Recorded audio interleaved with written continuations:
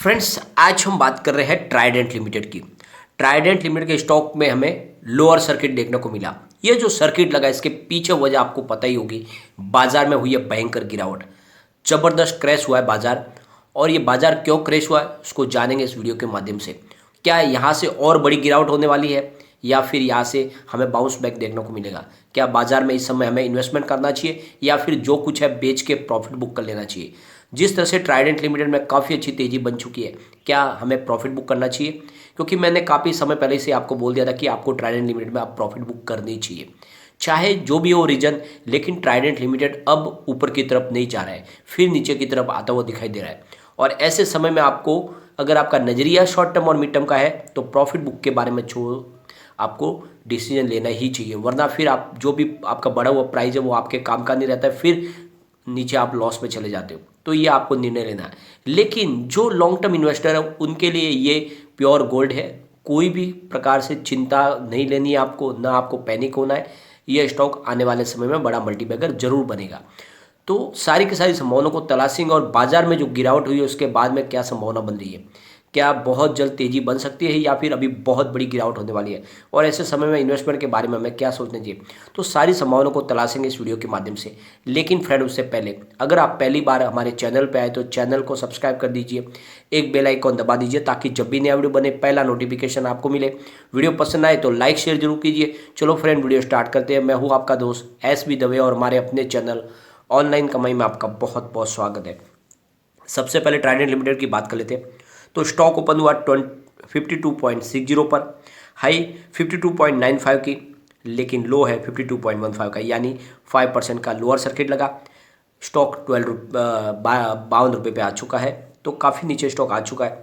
एक बार इसके BSE की बात करें तो BSE में काफ़ी कम वॉल्यूम हुआ, 14,19,000 का वॉल्यूम हुआ। सामने 12,08,000 की डिलीवरी उठाएगी। डिलीवरी का परसेंटेज 85.11% है। तो यहाँ पे आपको लगभग सारा डिलीवरी बेस काम होता है वो दिखाई देगा। और जैसे कि आपको पता है, बाजार खुलते ही करीब 400-500 पॉइंट नीचे ही खुला था और लगातार बाजार नीचे बड़े बड़े लो के गोते लगाने लगा और बहुत ही ज़बरदस्त गिरावट का माहौल बनने लगा। बात अगर NSE की करें तो यहाँ पर भी वॉल्यूम कम हुआ, 57,68,000 का वॉल्यूम हुआ। सामने 36,99,000 की डिलीवरी उठाएगी। डिलीवरी का परसेंटेज 64.13% है। अगर हम बाजार क्लोज होने के बाद देखें तो यहाँ पे करीब 4,77,000 सेलर खड़े हैं अभी भी स्टॉक को बेचने के लिए, यानी यहाँ पे अभी पैनिक माहौल बना हुआ है। अगर हम इसके वॉल्यूम को एनालिस करें, पिछले 1 महीने पहले इसका 4 करोड़ का वॉल्यूम था, 1 वीक पहले भी 4 करोड़ का वॉल्यूम हुआ था, फ्राइडे को भी अच्छा खासा 3 करोड़ का वॉल्यूम हुआ था, लेकिन आज मात्र 75 लाख रुपीज़ का ही वॉल्यूम हुआ। तो दोनों एक्सचेंज में मिला के भी 1 करोड़ का वॉल्यूम नहीं हुआ और इसके पीछे वजह है सेलिंग प्रेशर, जल्द लोअर सर्किट भी लग गया। तो 7.85 52 वीक का लो है, 59.90 52 वीक का हाई है। फिलहाल स्टॉक 52 पर है। फ्रेंड्स, जो सबसे बड़ा पैनिक माहौल बना वो बाजार में ओमिक्रॉन की वजह से बना है। बहुत ज़्यादा डर फैल चुका है, पूरे कम्युनिटी के अंदर डर है, लोगों के अंदर डर है कि कहीं ये सुपर स्प्रेडर जो ओमिक्रॉन है इंडिया में पूरी तरह से फैल गया तो क्या होगा, क्या फिर से तीसरी कोरोना की लहर आ जाएगी, क्या फिर से लॉकडाउन लगेगा। बहुत सारे चिंता लोगों को होने लगी है, क्योंकि जो जिस तरह से ब्रिटेन में ये स्प्रेड हो रहा है उसको इंडिया के साथ कंपेयर किया गया तो ये सामने निकल कर आया है कि दिन के 14 लाख केस आ सकते हैं, यानी बहुत भारी मात्रा में।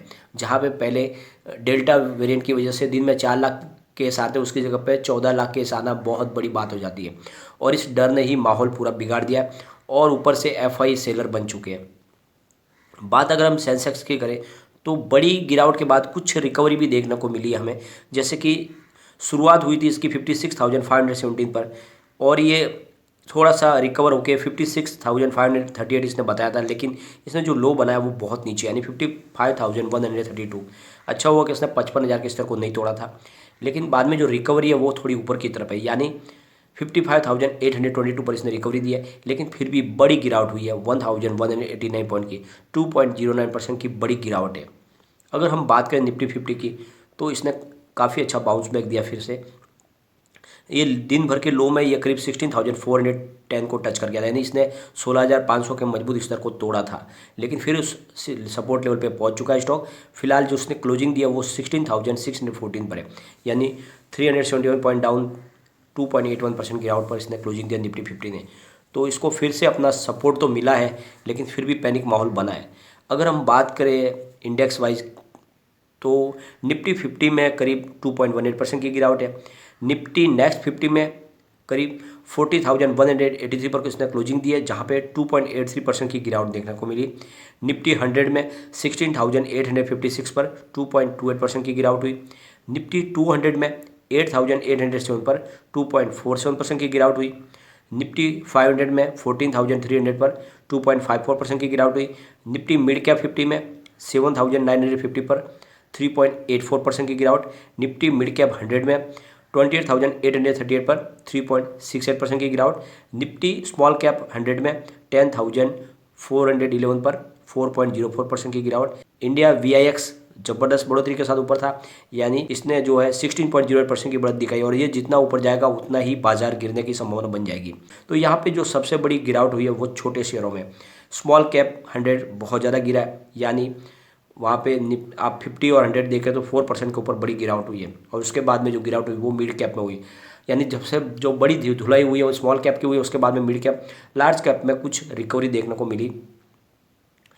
तो फ्रेंड्स, निचले लेवल से बाजार में कुछ सुधार तो हुआ है, लेकिन फिर भी काफ़ी नीचे है। शुक्रवार के मुकाबले बहुत ज़्यादा गिरावट हुई है, और इतनी बड़ी रिकवरी भी बहुत ज़्यादा मुश्किल लग रही है। इसके बीच में जो मेहता इक्विटीज के वाइस प्रेसिडेंट है प्रशांत तापसे, उनका कहना है कि बाजार में गिरावट जल्द थमने के आसार नहीं है।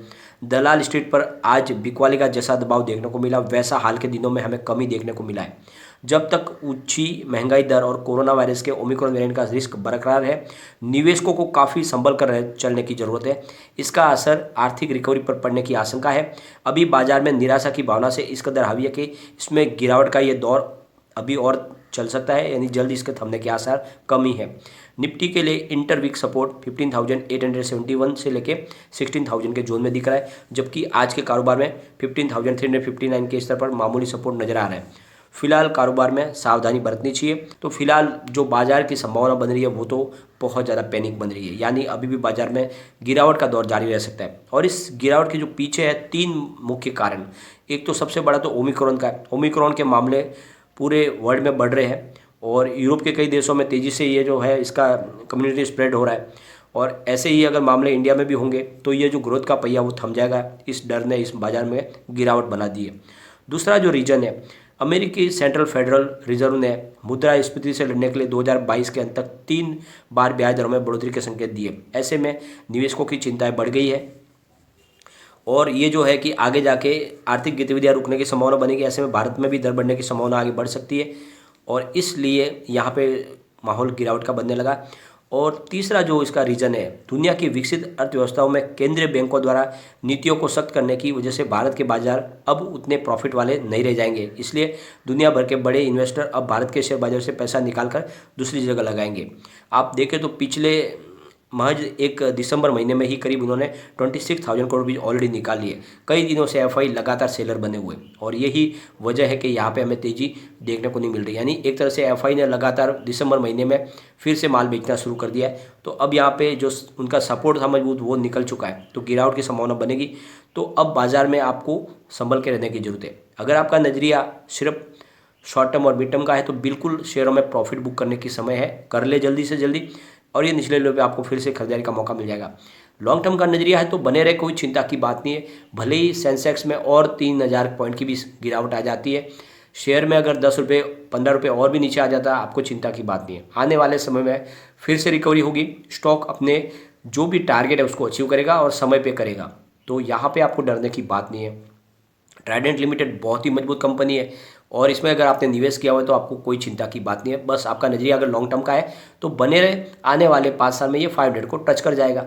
लेकिन जो भी मिड टर्म और शॉर्ट टर्म इन्वेस्टर, उनको मैंने लगातार बोला है प्रॉफिट बुक कर ले, फिर नीचे आएगा। अब नीचे आएगा तो फिर आपको टेंशन होगी, जो आपकी प्राइस बढ़ी हुई थी वो तो आपको मिलेगी नहीं, इसलिए आपको समय समय पर प्रॉफिट बुक कर लेनी चाहिए। एक बार इसके पिवट लेवल से जानते ही ये कहाँ तक जा सकता है। तो यहाँ से अगर स्टॉक और स्लिप होगा तो 53.3 पर पहला सपोर्ट है। सेकंड जो सपोर्ट निकल गया वो 51.82 का है। थर्ड सपोर्ट 49.13 का है। तो गिरावट में ये आपको 50 से नीचे जाता हुआ दिखाई देगा। ऊपर की तरफ अगर मूव करने लगेगा तो 57.53 पर फर्स्ट टारगेट है। सेकंड टारगेट 60.22 का है। थर्ड टारगेट इसका 61.73 का है। तो अगर तेजी में शुरुआत हो गई तो ये स्टॉक आपको नया 50 रुपये का ही बनाता हुआ दिखाई देगा, वरना ये 50 के नीचे चला जाएगा और फिर इसमें आपको और भी ज़्यादा पैनिक सेलिंग शुरू होता हुआ दिखाई देगा और स्टॉक फिर आपको नीचे जाता हुआ दिखाई देगा। तो इसलिए आपको समय समय पर प्रॉफिट बुक करनी चाहिए और मैंने लगातार आपको बोला है। काफ़ी लोगों को लगता है कि तेज़ी में सर आप प्रॉफिट बुकिंग की बात करते हो, लेकिन ये करना पड़ता है, ये तेज़ी में ही बताना पड़ता है। जब गिरावट शुरू हो जाती है तब तो लोअर सर्किट लग जाते हैं, फिर आप कैसे प्रॉफिट बुकिंग करोगे। तो इसलिए ज़रूरी है कि समय समय पर प्रॉफिट बुक कर ले। अभी पॉजिटिव संभावना बनी हुई है। ट्राइडेंट लिमिटेड बहुत अच्छी कंपनी है, कारोबार इनका अच्छा है। जैसे ही रिजल्ट का दौर शुरू होगा फिर से यहाँ पे तेज़ी बननी शुरू हो जाएगी। तब तक आपको थोड़ा सा धैर्य के साथ बने रहना है। लेकिन फ्रेंड, कोई भी इन्वेस्टमेंट करने से पहले अपने फाइनेंशियल एडवाइजर से एक बार एडवाइस ले ले या अपना खुद का रिसर्च करें, क्योंकि मैंने वीडियो आपके एजुकेशनल पर्पज़ के लिए ही बनाया। वीडियो पसंद आए तो लाइक शेयर जरूर कीजिए और चैनल को सब्सक्राइब कर दीजिए। Thank you friend.